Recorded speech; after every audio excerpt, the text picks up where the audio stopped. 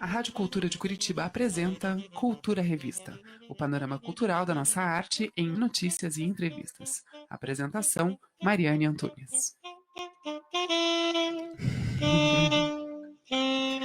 Olá, ouvintes da Rádio Cultura M930, ao vivo também pelo portal cultura930.com.br e pelas redes sociais da Rádio Cultura, a mais livre de todas. Começa agora o Cultura Revista, um programa que reúne informação, entretenimento, utilidade pública, cultura e arte, de segunda a sexta aqui na sua Rádio Cultura. Participe da nossa programação, liga para cá no 3015-1800 ou mande a sua mensagem pelas nossas redes sociais. Eu sou Mariane Antunes, sigo com você nessa próxima hora da programação. Lembrando que a programação da Rádio Cultura segue firme e atuante, trazendo as principais informações do dia durante toda a nossa programação, além de programas culturais, alguns feitos remotamente, os nossos locutores trabalhando de casa, mandando conteúdo pronto para nós, alguns reprises dos melhores programas produzidos antes da gente entrar nessa pandemia do coronavírus. Todas as precauções, todos os cuidados estão sendo tomados aqui no nosso estúdio para preservar a saúde dos nossos trabalhadores, todo o ambiente esterilizado para a gente trazer a informação para você com muita segurança. Nosso trabalho técnico hoje é do operador Marco Aurélio. Aqui na mesa comigo, quem divide bancada é o Felipe Magal, advogado, professor de filosofia. Por telefone, Miriam Gonçalves, advogada, presidente do Instituto Defesa da Classe Trabalhadora. E eu começo o programa de hoje cumprimentando a Miriam Gonçalves mais uma vez. Bom dia, quero saber como você está nesse isolamento, mas eu te pergunto, e daí, Miriam? O que a gente vai fazer? Em casa, seguindo o distanciamento social, com saudade de vocês, com muita saudade de estar na rádio, que é realmente gostoso fazer presencial, mas podendo estar longe é melhor estar, né, Mariane? Eu queria dar já um oi para o Magal, para o Marco Aurélio, que está nos auxiliando, para a Camila, que é sempre a nossa produtora, e, enfim, que nos apoia, a Isabel, e para todos os ouvintes e as ouvintes. E queria começar contando que, como nós temos um programa que o Instituto participa às terças e quintas, a gente sempre programa um pouco antes o nosso tema, o nosso debate, né? Não é uma coisa feita de improviso. Mas que sempre, na última hora, um dia antes, na madrugada, a gente acaba atualizando, porque as coisas vão acontecendo e a gente não pode deixar de comentar. Exatamente. E a gente tinha já para hoje estabelecido um título, né, para o nosso programa, que são os absurdos cometidos por esse governo durante esse período que a gente está vivendo, ou enfim, desde o começo. Uhum. E ontem à noite, eu reunindo e olhando todas as informações que a gente já tinha colhido, outras que surgiram na madrugada, eu fiquei pensando, como é que nós vamos abordar tudo isso? E vejo que não tem outra forma, senão nós começarmos a explicar o que é a pós-verdade, né? E a partir daí a gente destrinchando, contando para quem está nos ouvindo algumas coisas que são colocadas. Eu queria deixar primeiro para o Magal dar o oi dele, aí eu volto falando do conceito, pelo menos, da pós-verdade, para a gente entrar no resto. Excelente. Bom dia, Magal. Bem-vindo mais uma vez. Bom dia, Mariane. Bom dia, Miriam. Bom dia, Marcão, companheiro que está aqui. Seja bem-vindo. Bom dia, Camila, que está assistindo, produtora do programa. A todos os ouvintes também. Muito obrigado por vocês estarem conosco. E vamos à luta. Vamos em frente. É isso aí. Miriam, então comece, por favor. Vamos explicar o que é esse conceito aí da pós-verdade. Tem coisas que a gente ouve e que não ficam claras. Afinal, o que é a pós-verdade? É o que acontece depois da verdade? Não, a pós-verdade é um conceito que, na verdade, fala de como a verdade ou os fatos têm menos influência do que os apelos emocionais, as crenças pessoais para formar a opinião pública. Então, os debates, eles se baseiam muito nas crenças pessoais, no que você acha, no que você acredita, e ignoram os fatos. E ele é um pouco diferente da mentira em si ou da fake news, né? A gente já conviveu muito com a tal da fake news, mas a pós-verdade é aquela mentira que é contada de tal forma que a proximidade a ela de uma verdade torna ela crível. Você pode vir a acreditar que seja verdade. Claro que isso não é uma invenção do governo Bolsonaro, né? Ele foi muito utilizado durante uma campanha, tanto pela mídia, pela grande mídia, como pelo Sérgio Moro, pelos procuradores da Lava Jato, para desmoralizar o Partido dos Trabalhadores, que inclusive tinham menos pessoas investigadas do que o PP, outro partido, mas que isso não é uma coisa colocada como de relevância, né? E nesse período foram inventadas várias pós-verdades, né? Desde que, vamos dizer, o filho do Lula tinha influência em medidas provisórias para beneficiar montadoras, e que se viu agora que foi negado, que isso não existiu. Enfim, tantas outras coisas. E durante a eleição do Bolsonaro, foi impressionante, né? E aí eu queria diferenciar a pós-verdade daquela mentira cabeluda, né? A mentira cabeluda é aquela que diz assim, lembra da tal da piroca, mamadeira de piroca, que mais que tinha o dia sexual para crianças e por aí vai. Lembra disso, O kit gay também. Kit gay. O kit gay. Não, e isso, dá licença, Miri, isso é uma coisa que as pessoas não têm noção de quanto isso atingiu. Eu fui para o Sertão em janeiro de 2019, fui conhecer Caeté, cidade de Lula, o maior brasileiro vivo, e quando eu passei pelo Sertão por diversas cidades, o kit gay fez um arraso, fez um arraso. É impressionante. Eu acho que o que a Miriam quer exatamente chegar é a diferença da lorota, da mentira, disso, que é uma criação, da falsa interpretação, que você pega uma expressão e coloca uma coisa verdadeira dentro dessa expressão e você torna a frase inteira verdadeira. Você se lembra, Magal, Maiane, de quando o Moro gravou e depois ele confessou que foi ilegal a gravação dele, a conversa dele entre o Lula e a Dilma, e divulgou. E posteriormente ele divulgou também isso um pouquinho antes do primeiro turno da eleição para senadores, para governadores, para presidente. Ele divulga uma fala dizendo que Dilma e Lula estariam envolvidos num ato de corrupção. Sim. E Dilma, que era a mais cotada para ganhar a eleição ao Senado em Minas Gerais, perde. Então, aí é o que eu falo, a mentira cabeluda, né, que é kit gay, e essa distorção que é feita da verdade, que torna ela quase crível, né? Então, aí nós temos um monte para falar sobre isso. E o que mais me deixa indignada é que ela está sendo usada pelo Bolsonaro e o seu circuito ali, num momento em que os brasileiros estão absolutamente fragilizados por muitas coisas.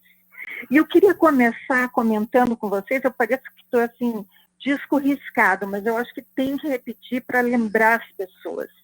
Estão dizendo o seguinte, que, na verdade, o desemprego, né, e essa crise econômica está acontecendo por conta da pandemia e do afastamento social. Mentira. Vamos lembrar, o primeiro caso de morte por Covid-19 no Brasil, segundo o próprio Ministério da Saúde, foi em 26 de janeiro, aliás, fevereiro. Tá?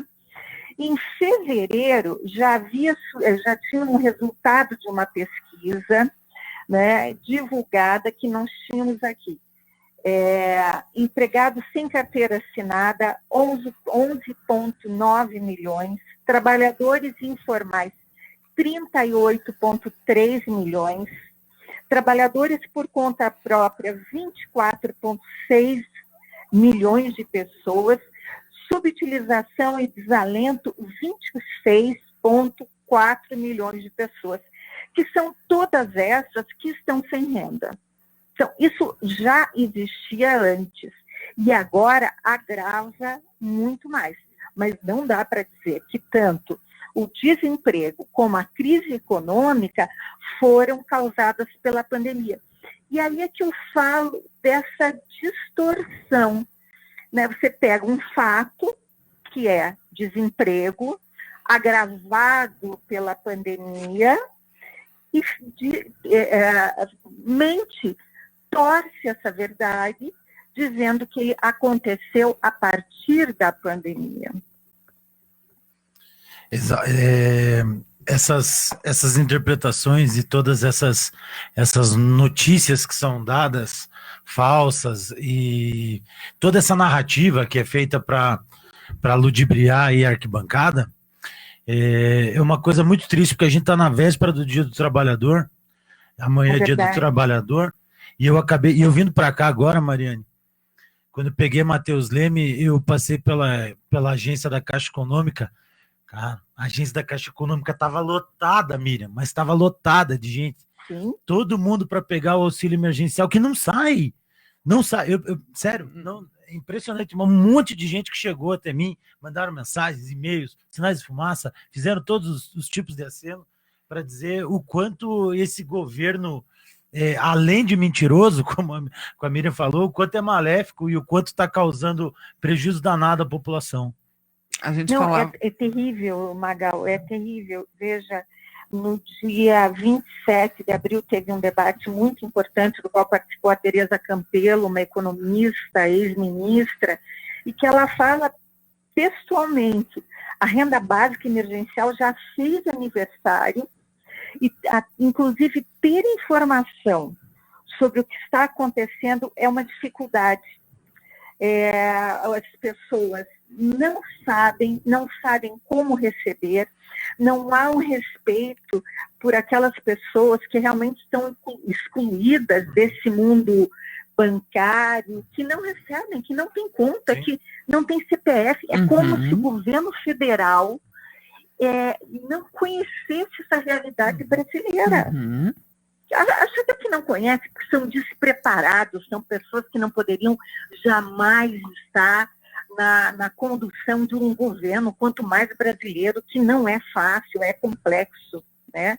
E veja, a própria Tereza Campelo, que é uma pessoa de realmente grande conhecimento, ela ajudou a formular e montar essa maneira para o governo pagar. Mas o governo já não queria. Ele já tinha proposto R$200 para as pessoas. Quando foi proposto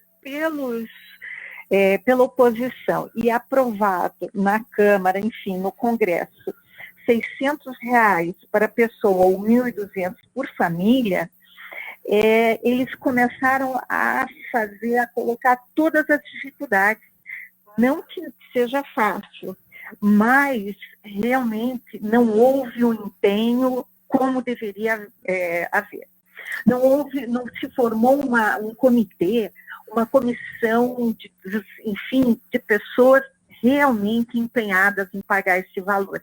Ao contrário, o Guedes foi ontem à televisão para dizer que tem que tomar cuidado, porque senão o Brasil pode quebrar, a gente não pode mexer nas reservas internas. Que isso? As pessoas vão morrer. O importante agora são as pessoas.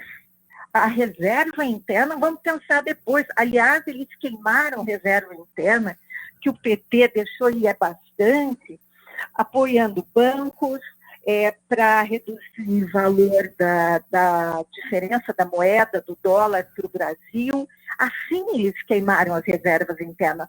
E não auxiliando as pessoas que precisam que esse auxílio de fome nesse momento de grave situação brasileira. Nesse programa de hoje, a gente conversa por telefone com a Miriam Gonçalves, que é presidente do Instituto Defesa da Classe Trabalhadora. Aqui nos estúdios, Felipe Magal, advogado, professor de filosofia. A gente vai fazer um breve intervalo. Na volta, a gente segue essa conversa. Eu convido você que nos acompanha pelas redes sociais e também pela frequência AM 930 a seguirem conosco. Um intervalinho e a gente volta já. Você está ouvindo Cultura Revista. Informação e qualidade sonora é na Rádio Cultura. Aviso da Companhia Campo-Larguense de Energia, Cosel. Solicite serviços e informações sem sair de casa. Utilize os canais alternativos. Aplicativo Cosel Mobile, e-mail para atendimento@cosel.com.br, agência virtual, ligação gratuita para 0800 726 2121 ou SMS. Proteja sua família contra o coronavírus.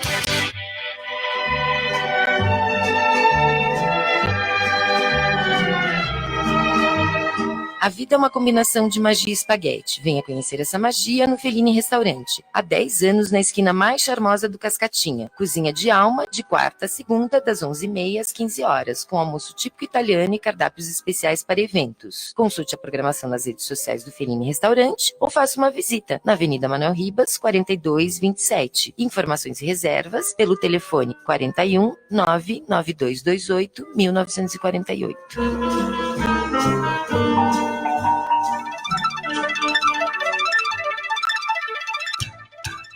Aviso Cosel. A Companhia Campo-Larguense de Energia, Cosel, lançou o aplicativo para smartphones Cosel Mobile.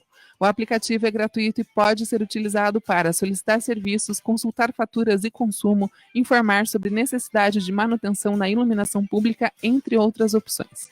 Baixe já o aplicativo Cosel Mobile, fácil como acender a luz. Coronavírus. O momento pede cuidados especiais com a rotina e a higiene. Receba e pague a conta de luz sem sair de casa. Peça sua fatura digital e cadastre a conta em débito automático. Se você tem conta nos principais bancos, pode cadastrar o débito automático dentro do aplicativo da Copel. Veja dicas de como se proteger em coronavírus.pr.gov.br. Copel, pura energia. Paraná, Governo do Estado. 930 AM, a Rádio de Cultura em Curitiba. Você está ouvindo Cultura Revista. Estamos de volta com o programa Cultura Revista aqui na Rádio Cultura AM 930, ao vivo também pelo portal cultura930.com.br e pelas redes sociais da Rádio Cultura, a mais livre de todas. Hoje a nossa conversa com o Felipe Magal, advogado, professor de filosofia, também com a participação da Miriam Gonçalves, advogada, presidente do Instituto Defesa da Classe Trabalhadora, por telefone. A gente propõe uma análise política dos últimos acontecimentos no Brasil e do mundo. Claro que neste momento vivemos uma pandemia que atinge o mundo inteiro. No Brasil, o coronavírus fez 5.466 mortes até agora, é um número muito alto, a gente já passou o número aí da China, né? São 78.162 pessoas infectadas. Eu fiz referência à China, que foi aonde começou, e pensando no número de pessoas que existem naquele país, para o nosso número, a gente já parece muito mais grave, né, tudo que está acontecendo por aqui. São 38.564 pessoas em atendimento hospitalar e 34.132 pessoas já curadas pelo atendimento do nosso SUS, né, o nosso Sistema Único de Saúde. Números aí para a gente pensar, lembrando que o isolamento social se faz muito necessário, até propor, né, para que na semana que vem a gente traga detalhes aí desses números do isolamento social, do resultado dessa flexibilização do comércio. É uma medida, né, que está sendo adotada em algumas regiões do país, que é contrária à recomendação ainda da Organização Mundial de Saúde. Então, quem puder, fique em casa, é o que a gente acredita aqui, falo por mim, acredito que Miriam e Magal compartilham comigo dessa mesma opinião. Quem puder, chegue, né, fique em casa nesse momento, mas também eu quero dar sequência aqui à nossa conversa, nessa reflexão, pensando muito nessa relação da política brasileira com a política de outros países, de uma forma a desse distanciamento, né? Já tem falado alguns programas desse distanciamento do governo com a nossa população. Miriam, por favor, da onde isso vem? Olha, da onde isso vem, Mariane, até é difícil colocar, Sim. porque o Bolsonaro não teve uma relação de verdade em nenhum momento com a população brasileira. E ele tenta se reafirmar em posições antes, não é tão antigamente, mas antes, relacionada muito a essa admiração que ele tem pelos Estados Unidos, mais propriamente pelo Trump, né? Sim. A ponto dele chegar a bater continência para a bandeira americana, o que já seria motivo para impeachment. Essa subserviência que ele tem em relação aos Estados Unidos. E aí eu até preparei aqui uma longa lista de como isso é mentira, de como ele coloca que isso é uma verdade, né, e que é absolutamente uma mentira. Se a gente tiver tempo nesse programa ainda, eu queria fazer essa relação. Os Estados Unidos são amigos do Brasil. Não, não são. E isso tem se provado. Se a gente não conseguir entrar nesse tema, a gente, quem sabe, consiga no próximo programa, porque é muito interessante ter essa avaliação. Mas, inclusive, o Trump, nessa semana agora, acho que é ontem ou anteontem, colocou muito claramente que ele é a favor de que se interrompam os voos de Brasil, Estados Unidos, Brasil, por conta do posicionamento do país contrário a todos os demais países no mundo. Quer dizer, o Bolsonaro antes se fiava na posição do próprio Trump, de que era o isolamento não é importante, né, o afastamento social. O Trump, quando viu a contaminação e o número de mortes no país absurdo, e como ele tem eleição ainda este ano, ele mudou de posição e adotou uma posição, inclusive, contrária a quem ele, na mesma frase, fala: olha, lá eles estão fazendo tudo diferente dos demais países, mas eu sou amigo do Bolsonaro. Deixa eu complementar aqui, só para te dar dados agora. O último boletim divulgado pelos Estados Unidos são 1 milhão de casos confirmados e 61.638 mortes por coronavírus nos Estados Unidos. Não, é uma tragédia. E ontem eu vi a besta americana dizer, porque nós temos a Suprema Besta Nacional e tem a besta americana, né? A besta americana falando assim: olha, é porque aqui a gente faz muito teste.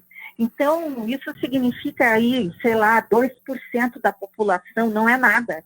Quer dizer, veja, 2% da população, ele não se incomoda. Para essa gente, é número. Não, e isso eu te digo, meu companheiro fala uma coisa muito verdadeira.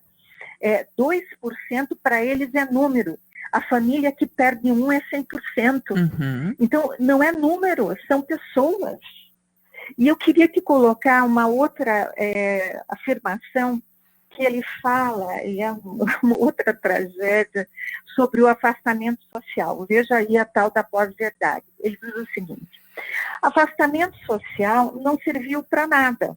Porque você veja, mesmo com afastamento social, ontem ainda eu tinha um número diferente do que você deu agora, que era 5.017, hoje nós já passamos para 5.466. 466.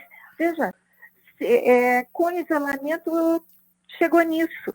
Então, quer dizer que o isolamento ou o afastamento social não resolve. Meu Deus, sem o afastamento social, o número seria muito pior.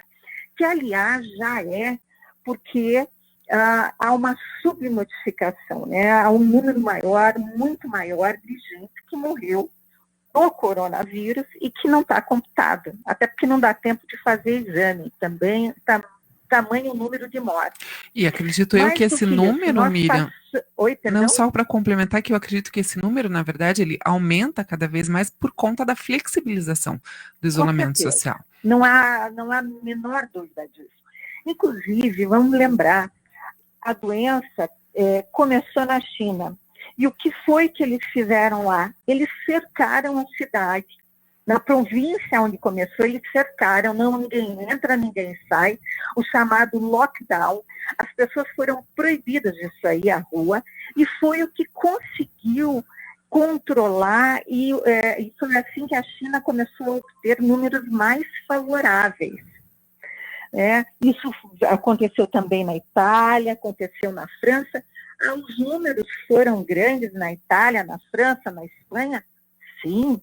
Você imagine se não fosse o lockdown, metade da população estaria morta. Então, aí é mais uma distorção que ele faz. Fora aí a guerra que ele agora começou, já tem umas 2, 3 semanas, e agora ele foi realmente para uma ofensiva absurda contra a OMS, né? Organização Mundial da Saúde. Veja, ele começou dizendo que a OMS não está preparada para atuar na pandemia, que não é o momento de uma atuação internacional e globalizada, mas sim individual. O nome já diz, né, Mariane Magal? Pandemia. Então, é uma coisa que é global e ela pode e deve sim ser atacada globalmente, porque há uma troca de experiências, há uma troca, inclusive, de apoio financeiro. Veja, o Brasil foi excluído por suas posições, foi, na verdade, ignorado numa reunião que teve agora, nessa sexta-feira, dia 26, muito importante. O Brasil não participou sequer. O governo brasileiro sabia que ia ter essa reunião, que reuniu aí todos os principais países e tratou de um fundo de mais de 45 bilhões para combate à pandemia. Exato, e Miriam, eu queria resgatar aí alguma das frases que o seu Jair Messias Bolsonaro colocou em frente aos seus discursos pandêmicos. São 6, eu peguei 6 pontos, tá? Tá legal. O primeiro que ele fala, não por ordem cronológica, não, eu mas vou dizer uma coisa, acho que eu lembrei. Tanta coisa que a gente se perde, né? Sim. Assim, você tem que passar o dia com o computador na frente, relacionando a quantidade de barbaridades que a Suprema Besta Nacional fala. Mas fazendo referência a isso que você acabou de dizer, dessa aliança, né, sobre o acesso de tratamento da OMS, essa reunião aconteceu no último dia 24, e historicamente o Brasil tinha uma participação muito relevante nesse comitê com relação ao desenvolvimento de medicamentos, pesquisas, né, acessos, a própria referência ao nosso Sistema Único de Saúde, e dessa vez foi como se nada desse histórico tivesse... Excluídos. Com todo direito. Eu não queria cortar o Magal. Desculpe, Magal. Não, vai, por favor, Miriam, continue. Não. Não. É que são vários assuntos e a gente tem vontade de falar tudo ao mesmo tempo também, porque, né, são tantas coisas que nosso coração ferve, a gente fica indignado e aflito. Veja só, todas as frases dele eu peguei, puxei 6. Uma que ele fala que ele não é coveiro. A outra que ele fala que é gripezinha, a outra que ele fala que já está passando, a outra que ele foi numa padaria, tomou café, multidão. Essa última, horrível, e tem uma que eu achei o máximo da covardia, do satanismo de uma pessoa, de um ser humano poder falar, ainda mais chefe da nação, que é: o brasileiro precisa ser estudado, o brasileiro se joga no esgoto e não acontece nada. Isso é tratar, cara. Eu, se fosse ele, jogava ele, os filhos, netos, se tiver, a jantarada, acho que até tem, né, no esgoto. Para ver o que acontece. Aí a gente estuda, né? Talvez realmente não aconteça nada. Isso mostra, além do despreparo, né, o sempre tratar de uma maneira de pilhéria, de chacota, com tudo ele dá uma risada no final, não tem seriedade nenhuma, não tem capacidade, não tem inteligência, é um analfabeto. E não tem estatura para chefe de Estado. Nenhuma. Por isso que tanto se abaixa, tão como é a palavra? Subserviente. Que linda essa palavra, né? Subserviente. A única coisa bonita é a palavra. A única coisa bonita é a palavra subserviente. Mas ele é exatamente... Eu gosto de falar lacaio, acho que é a mesma coisa, né? É um lacaio dos Estados Unidos. E não só ele, como seu Sérgio Moro também, viu? Seu Sérgio Moro é a mesma coisa. E o grande problema dessas coisas, eu acredito que a gente vai falar, a Miriam vai falar daqui a pouco, ontem houve uma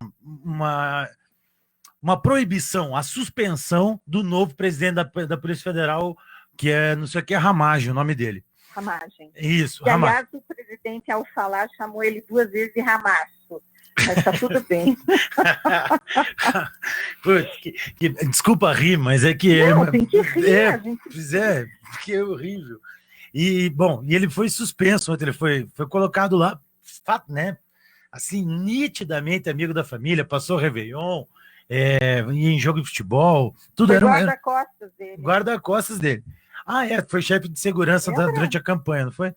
E ele foi suspenso. Veja só, eu quero deixar bem claro que a minha opinião é que eu não gosto quando poderes interferem em poderes dos outros. Não achei justo quando fizeram isso com a indicação, o Gilmar Mendes fez, que não deixou o Lula ser ministro da Dilma. Eu não gosto quando existe isso. Só que neste caso, em especial, por que eu apoio? Porque é muito claro o desvio de finalidade. Tem um princípio constitucional, falando para os ouvintes, chamado princípio da moralidade, todos eles estão no artigo 37, mas tem o princípio da impessoalidade, aquele que você não pode tomar atos constitucionais para si, ou para se preservar, ou para se prevalecer, e é nitidamente o quanto eles fazem isso para poder, eu não sei se suportar ali ou esconder, né, talvez o gabinete do ódio, esses filhos todos. Agora, o seu Moro, enquanto estava lá, né, ele viu tudo acontecer e não fez nada, Miriam. Daí agora, porque o amiguinho dele ao presidente da República não foi: o senhor não pode interferir. A resposta dele, declarada pelo senhor Sérgio Moro, foi: não sou eu, é o Supremo Tribunal Federal. Mas eu até quero falar sobre isso, sim, Magal. Mas eu queria voltar ainda, porque isso está me angustiando e me preocupando, e eu imagino a vocês também, esses recados truncados que estão sendo passados para a população. Veja, ontem nós estamos falando no afastamento social, no que é importante usar máscara, em tudo. Aí, veja, tem a pós-verdade que ela não precisa ser falada, ela é demonstrada. Ontem teve a posse do ministro da Justiça, que jurou um horror dos horrores, mas não tem problema. Lotado de gente ali na posse, dava para contar nos dedos de uma mão a quantidade de pessoas com máscara, todos próximos, se abraçando, falando, quer dizer, e aliás a primeira-dama estava de máscara, veja que interessante.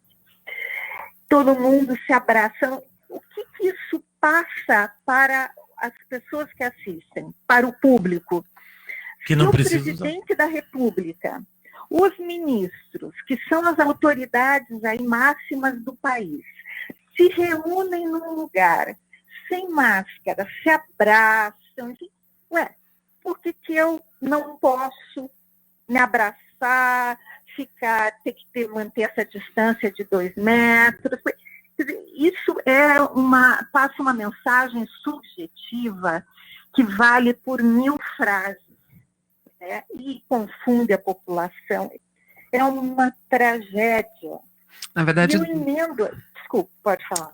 Não, só ia concluir aqui para a gente encerrar o bloco, chamar o comercial, que fica muito claro para mim, ouvindo, né, vocês falarem nesses comentários do programa de hoje, que ao mesmo tempo o governo não se preocupa nem com a população, mas também por esse comportamento não se preocupa nem com a opinião pública e a imagem de fora, né?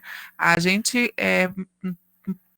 o Brasil é manchete dos principais jornais do mundo condenando a postura, né, do nosso atual presidente. Então, para a gente pensar um pouquinho aí também nessa questão de o quão mal se faz para dentro do país, para dentro da população, para dentro, né, no atendimento às nossas pessoas, mas também internacionalmente é uma crise aí generalizada, né, para a gente pensar e retomar essa conversa no próximo bloco. A gente conversa então com a Miriam Gonçalves e com o Felipe Magal. Eu convido vocês que nos acompanham pelas redes sociais e também pela frequência AM930 a seguirem conosco, mais um intervalinho e a gente volta já. Você está ouvindo Cultura Revista. Rádio Cultura, a mais livre de todas. Coronavírus. O momento pede cuidados especiais com a rotina e a higiene. Receba e pague a conta de luz sem sair de casa. Peça sua fatura digital e cadastre a conta em débito automático. Se você tem conta nos principais bancos, pode cadastrar o débito automático dentro do aplicativo da Copel. Veja dicas de como se proteger em coronavírus.pr.gov.br. Copel, pura energia. Paraná, Governo do Estado. Todo músico já foi criança. Edith de Camargo, como que a música entra na tua vida? A música, eu acho que é a coisa que move minha vida, né? Que me deixa me sentir viva e graças a Deus, graças à vida, posso trabalhar com música até hoje. A música faz parte da minha vida desde que eu me lembro de mim mesma. Eu tenho as primeiras memórias de mim criança, tenho brincando com uma escaleta, com música mesmo. Eu debruçada em cima de um tocador lá de fita, de rolinhos. Que meu pai tinha. A música faz parte desde a minha primeira infância mesmo. Todo músico já foi criança.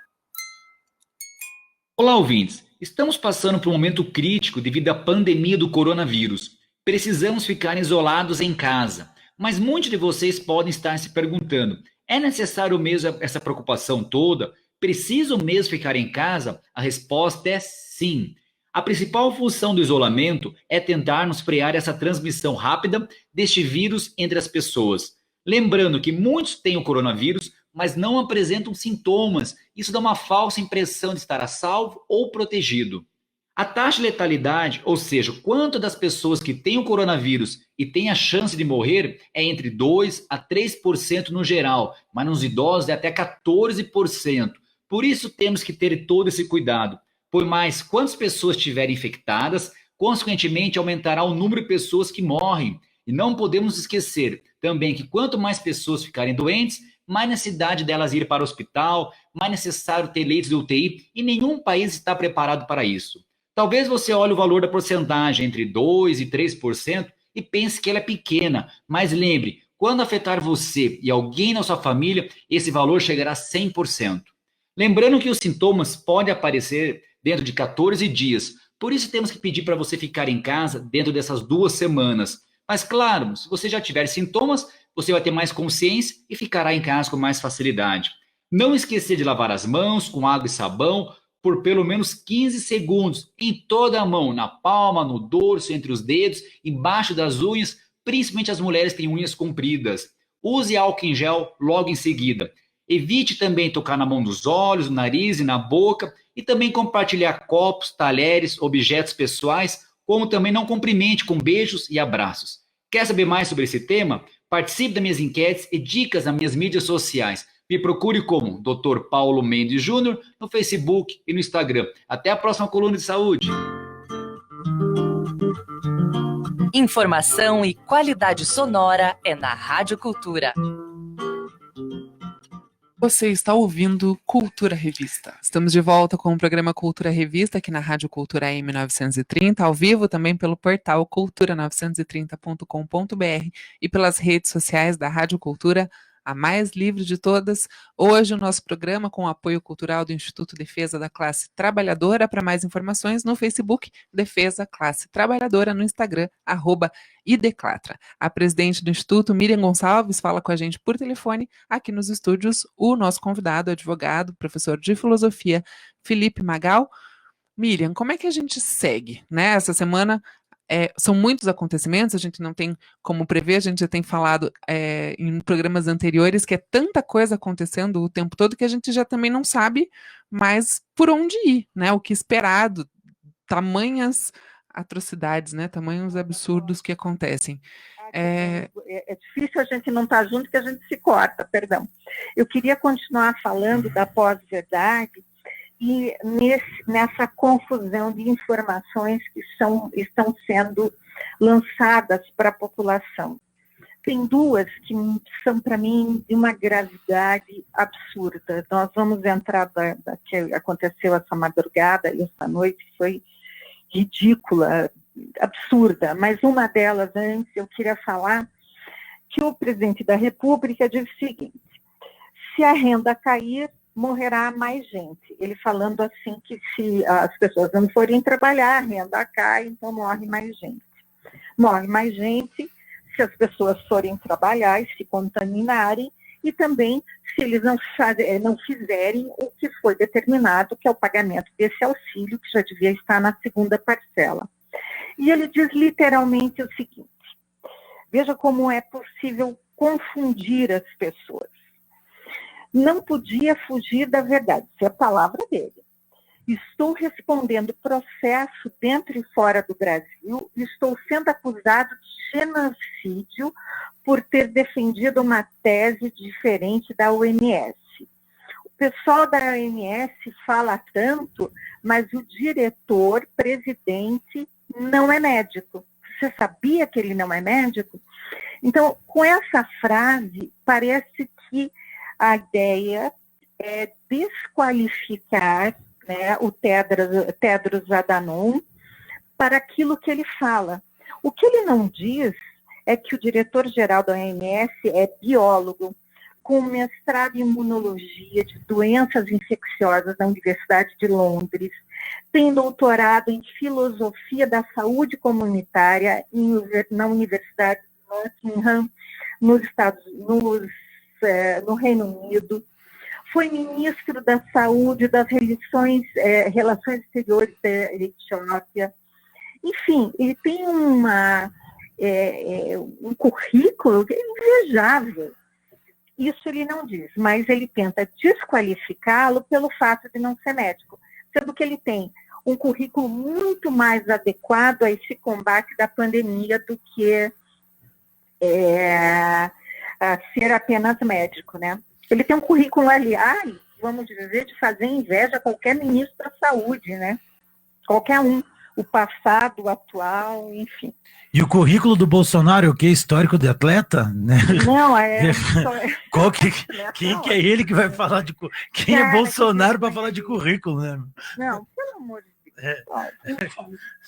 E eu queria falar também, Mariane, que eu fiquei chocada.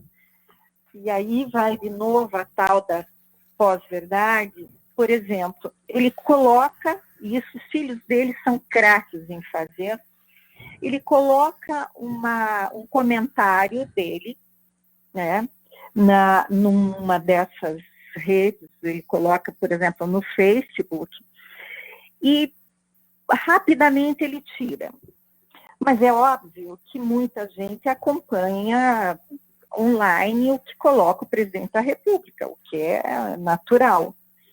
E essa madrugada, ou essa noite, aí, tarde da noite, ele colocou que, assim, que essa OMS, que muitos dizem que eu tenho que cumprir, que nós deveríamos seguir também suas diretrizes para políticas educacionais, para crianças de 0 a 4 anos, que tem que ter masturbação, que tem que expressar suas necessidades e desejos, e ainda faz uma tabelinha.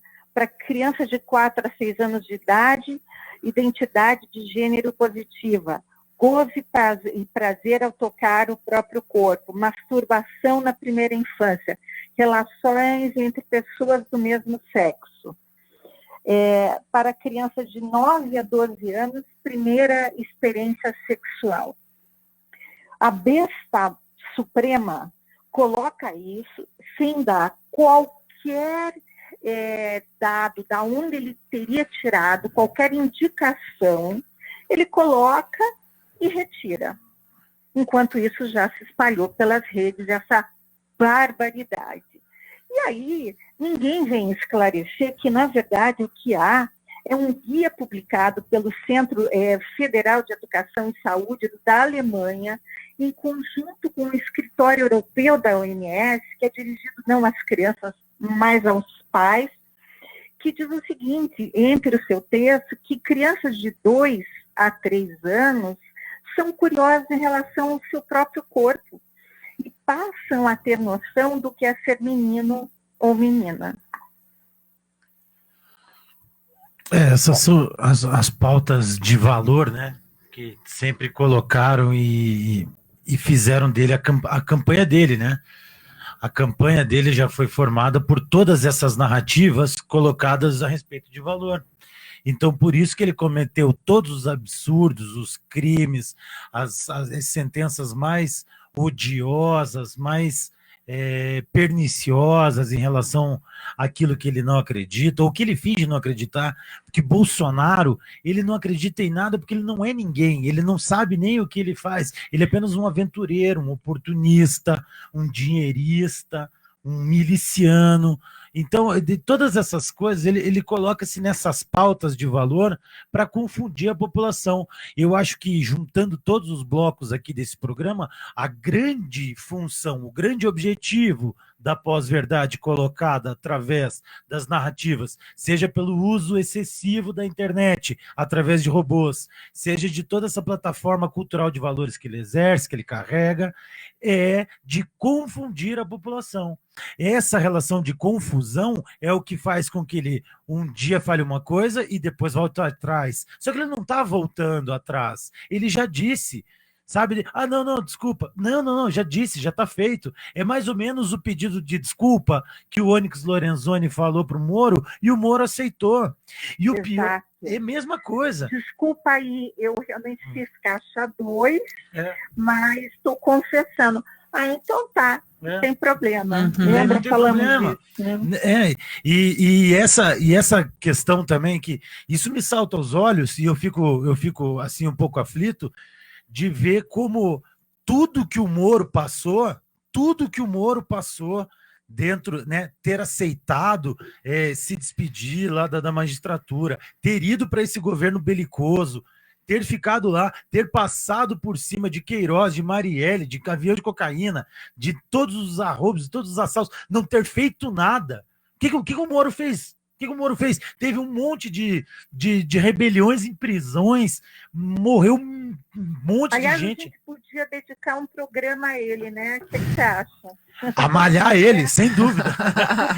A ele jamais.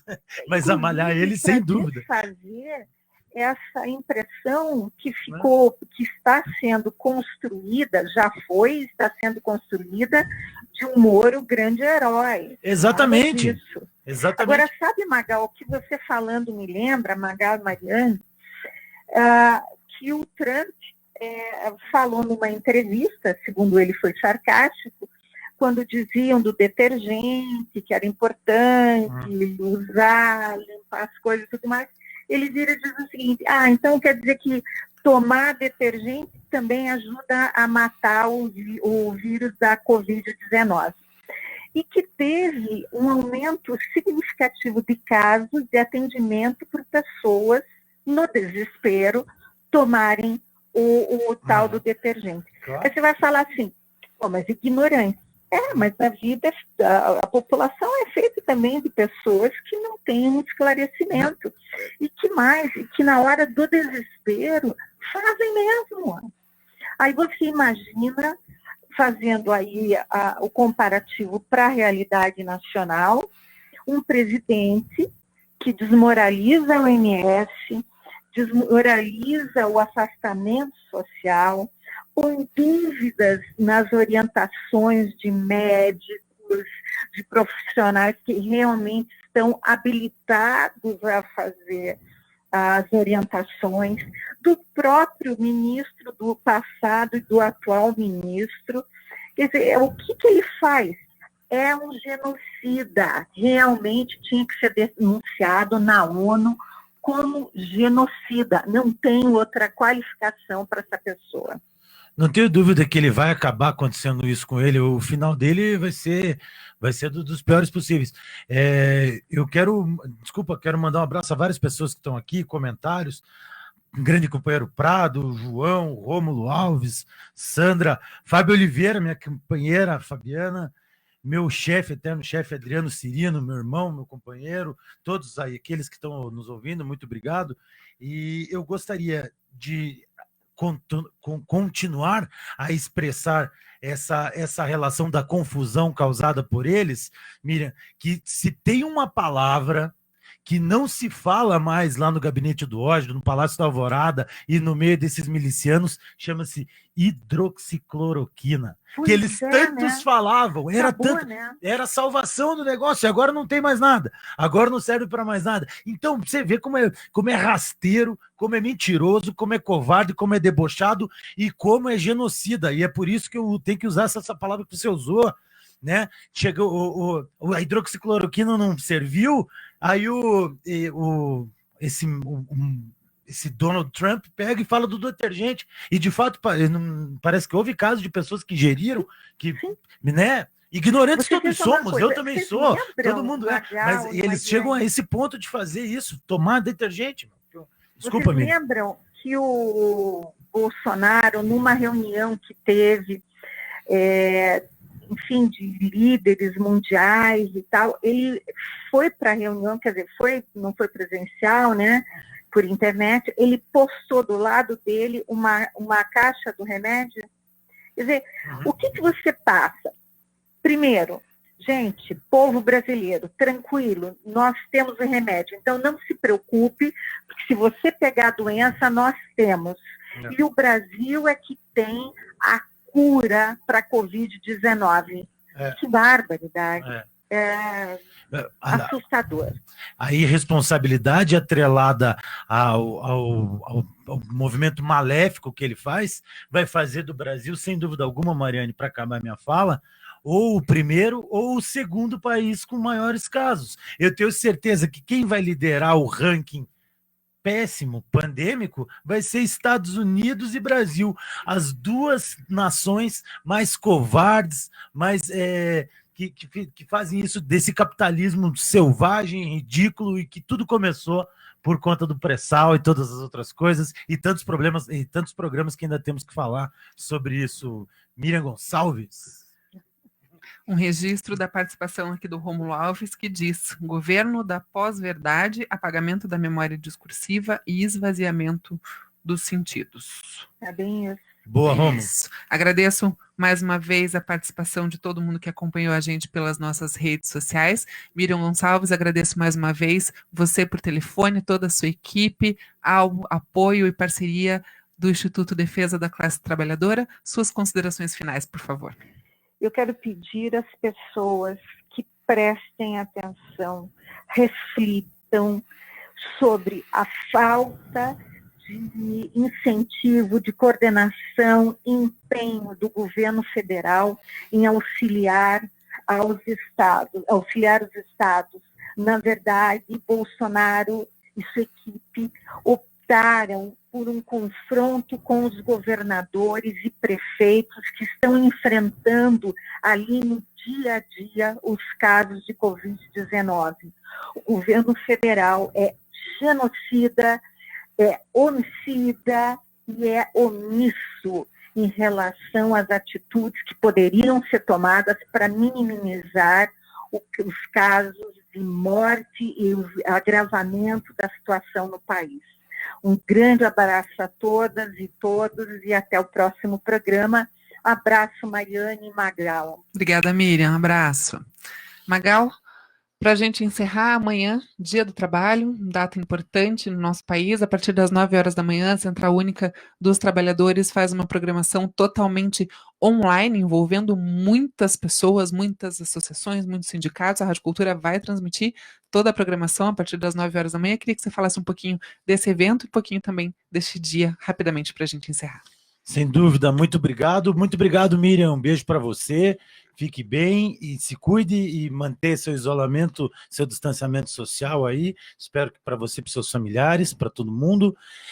Mariane, amanhã é dia do trabalhador, é o dia, né, o dia que a gente gostaria de estar comemorando com muito mais alegria no rosto, com muito mais satisfação e poder estar aqui dentro dessa mesa, nesses microfones, discutindo projetos e planos para o trabalhador, mas infelizmente a gente ainda tem que curar certas feridas que a República e que a democracia nos causa e faz parte, né, da vida, do processo, e estamos aqui a isso. Então amanhã vai ter essa manifestação, vai ser todas as centrais sindicais, vão estar unidas, vai ter um debate público desde manhã. Eu sei que a Rádio Cultura mais livre de todas, aqui 930M, vai passar por todo esse percurso, por toda essa programação. No final da tarde a gente tem o programa Vamos à Luta, do qual essa pessoa aqui que apresenta. Junto com o Felipe Lopes e o Sandro Moser. Junto com o Felipe Lopes e com o Sandro Moser, meus dois grandes companheiros. Amanhã a gente vai entrevistar aí o Márcio Killer, presidente da CUT,